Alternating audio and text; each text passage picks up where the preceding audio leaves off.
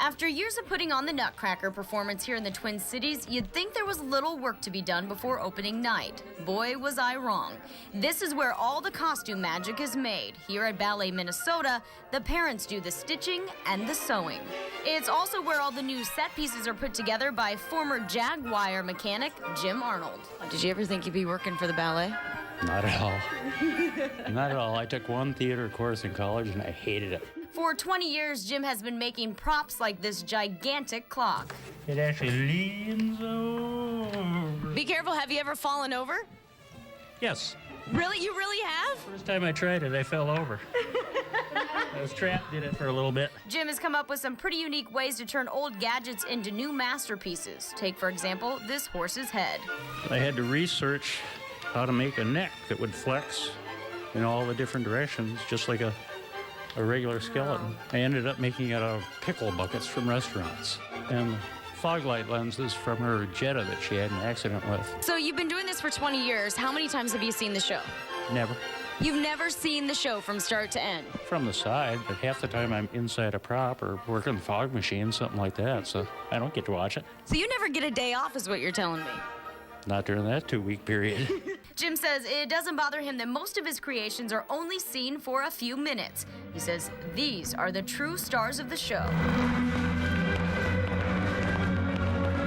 We start in September with some of these works, especially because there's over 130 people in it, and a lot of them are children. And their feet have to be killing. Yeah, they are. They are. I mean, I've only worn pointe shoes once. I tried it. I'm glad that I don't wear pointe shoes. It's one thing to ask about the pain, it's another to feel it. So no foot model for you? No. No.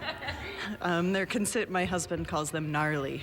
Gnarly. Yeah, like a construction worker's hands. And all that's between it is a couple millimeters of chopped up wood put together with some glue. How do you get used to that, or do you ever get used to it? Yeah, because now a pair of new pointe shoes kind of feels nice. Okay, so I was so intrigued by your beautiful performance out there that I want to see if I can do it. But you notice I'm really not dressed for this, and I got my lovely wool socks on.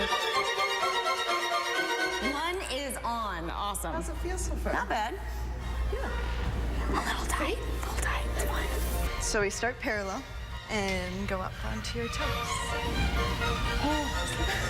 If that's all I have to do the whole show, I'm in. So how long did it take you to learn to be up on your toes without any sort of hesitation? Well, as a kid, you don't have as much fear as you do as an adult. There's been adult women that start with pointe at 50 years old for their first time. I may not be cut out for this, but there's no question about these incredible local dancers. There are moments where you just sit there and you just realize how privileged you are to even be in the same room. It's really quite amazing what they accomplish. It really is.